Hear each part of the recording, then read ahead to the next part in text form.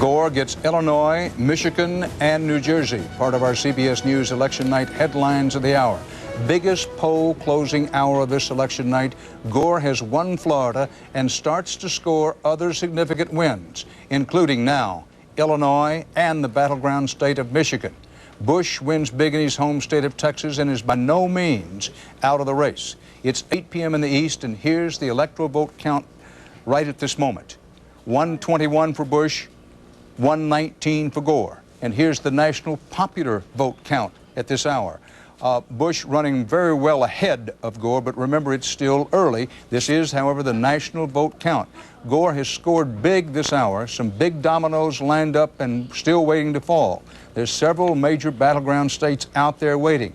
Pennsylvania, which is at this particular moment may be the most interesting state on the board, 23 electoral votes. The polls just closed in Pennsylvania. Nobody knows how it's going to go. And Missouri, with 11 electoral votes, also has had, supposed to have the polls closed. As we told you earlier, judges ordered the polls stay open because lines were so long in St. Louis, so Missouri may be a long time coming in.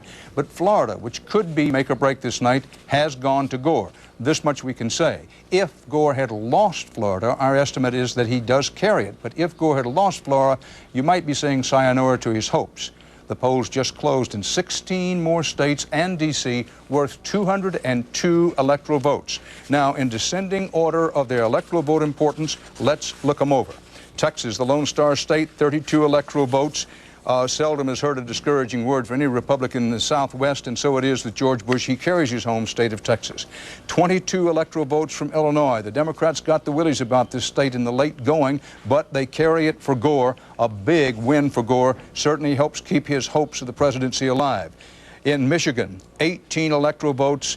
Union labor helped Gore tremendously there, but that wasn't the only thing that delivered that victory for him. 18 electoral votes for Michigan. This is the heart of the Gore comeback, winning Illinois and Michigan. Also New Jersey, 15 electoral votes. The Garden State is green for Gore. North Carolina, 14 electoral votes for Bush. It was expected, but certainly very, very helpful in keeping Bush's electoral vote lead. As you know, it's 121 to 119 at the moment. In Massachusetts, 12 electoral votes. The tide is in the Bay State for Gore, as expected. Maryland, 10 electoral votes. Strong Democratic state, has gone for Gore. Connecticut, 8 electoral votes. Joe Lieberman's home state has also gone for the Gore-Lieberman ticket. Oklahoma, Boomer Sooner, 8 electoral votes dropped for Bush there. Mississippi, 7 electoral votes from the Magnolia State for Bush. Kansas, moving now out into the plains, 6 electoral votes. Kansas, always a strong Republican state, is again this time. Delaware, 3 electoral votes. Put those in the Gore column. District of Columbia, 3 goes for Gore. Now, these states also just closed their polls, but the races are too close to call, and there's some big ones in here. Pennsylvania, Missouri, Tennessee, Alabama, and Maine. Mark well Tennessee. Al Gore is in the fight of his political life in Tennessee. It could be, nobody's predicting it, that if Tennessee should go to Bush, it could wind up denying Al Gore the presidency. We'll have to see. That's one of the reasons that a lot of eyes are on Tennessee. You can put together a scenario here where it comes down to Tennessee, and Tennessee's 11 electoral votes, should they go to Bush, could be the decisive difference. We'll simply have to see as the night goes along. Just mark it, and we'll play it as it goes throughout the evening. Pennsylvania, perhaps the most important state on the map at the moment, 23 electoral votes. The polls have closed. It's believed to be extremely close in Pennsylvania. I'm prepared to say that they're playing what amounts to a sudden death overtime in Pennsylvania. It's that close. Now, here's how the race for the presidency looks on the national map. States in blue have gone to Gore. States in red carried by Bush. Any state where the light is blinking means that it's a turnover from the 1996 election. Only one, Kentucky. It went for the Democrats in 1996. It's gone for the Republicans tonight, has Kentucky. All the states in red. As you can see, Bush running very well in the South, in the mid-Atlantic states, at least as far as the Carolinas and Virginia are concerned, and in his home state of Texas, Oklahoma, and Kansas. It takes 270 electoral votes to win. The polls are still open in all the states in gray. Let me show you on this map here now. The states in gray, that includes Louisiana and Arkansas, but also Wisconsin and Minnesota, all of these states in gray, and New York State, still have the polls open. The states in white are where the polls have closed, but right now they're too close to call. Maine, New Hampshire, Pennsylvania with a big 23. Would be surprising to some people. Ohio's 21 electoral votes are still in play, widely expected to go for Bush, but the way this night is going, wild and woolly as it is, who can say? And in Missouri, the polls have closed in some parts of the state. Is that correct, Ed Bradley? In some parts of the state. In some parts of the state. Don't want to confuse anybody.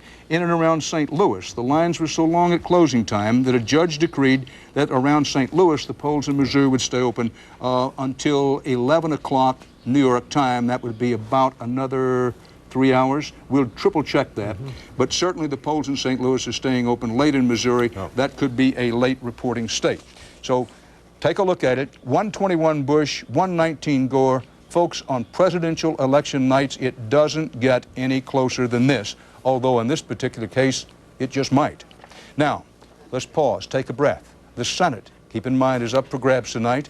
And with the polls closed in some states here, the Senate winners at 8 p.m. Eastern Time. Texas Senate, Senator Kay Bailey Hutchison is elected to another term. That's a hold on for the Republicans. Pennsylvania Senate, Rick Santorum has held on to his GOP seat there.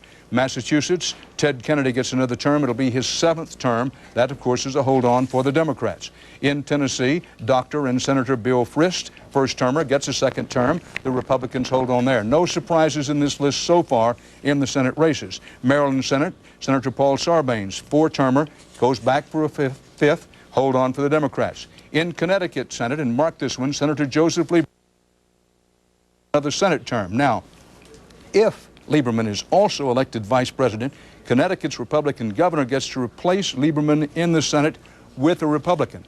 But for purposes of tonight's count, this is a hold on for the Democrats in Connecticut. Mississippi Senate race, Senator Trent Lott, the Republican Senate Majority Leader, is returned for a 3rd term. Hold on for the Republicans. Maine Senate, same story. Senator Olympia Snowe gets a 2nd term. That's a hold on for the GOP. And in the Delaware Senate, now, here is a turnover. Republican Senator William Roth Jr., 5 terms, 79 years old, is beaten by Democratic Governor Tom Carper. That's a pickup for the Democrats in the Senate. May not make much difference since Rob has lost down in Virginia. More about that later on, but a pickup for the Democrats in the Senate race from Delaware. Now, here's a look at the Senate races and how they look on the national map. We started the night, 34 Senate races up for grabs. The Democrats need to win 15 on the night to regain control of the Senate. The Republicans need to the Democrats need to pick up 20 on the night. As you were, the Democrats need to pick up 20 on the night to regain control of the Senate. The Republicans need to pick up 15 on the night to hold on to the Senate. The Republicans right now are looking pretty good in that category. Keep in mind that the big Hillary Clinton versus de Blasio race in New York, the polls are still open and will be for almost another hour, so we don't know how that one's going to go. But right now, it's looking good for the Republicans to hold on to the Senate, but there's still a long way to go. Let's look again at the current presidential electoral count. In the race for the presidency, 270 needed to win. 121 for Bush, 119 for Gore is our CBS count at the moment, with 270 needed to win. All the states in red have gone for Bush. All the ones in blue have gone for Gore. The blinking red light in Kentucky means a turnover from the last presidential election in favor of the Republicans. The states in white, the polls have closed, but no decision yet. All the states in gray, the polls have not yet closed, and that includes New York with a big 33 electoral votes. Ed Bradley at the presidential desk. Big win for Gore in Michigan. How did he do it? He did it in Michigan because his 2 core constituent groups in that state came through for him. As you know, Michigan is one of the biggest union household states in this country. And if you take a look at how the union households voted, they make up 42% of the voters in Michigan. 63% of them went for Al Gore. A second core constituent group for the vice president, African Americans. The turnout was about the same as it was 4 years ago, but take a look at this. Al Gore got 92% of the vote. Bill Clinton, who always does so well among African Americans, got 82%. So he did 10 percentage points better than the president did 4 years ago. And also another interesting fact, the McCain voters, you know, John McCain won the Michigan primary. 34% of his voters, the McCain voters, voted for Al Gore. Indeed they did, Ed Bradley. I can hear some people at home saying, whoo,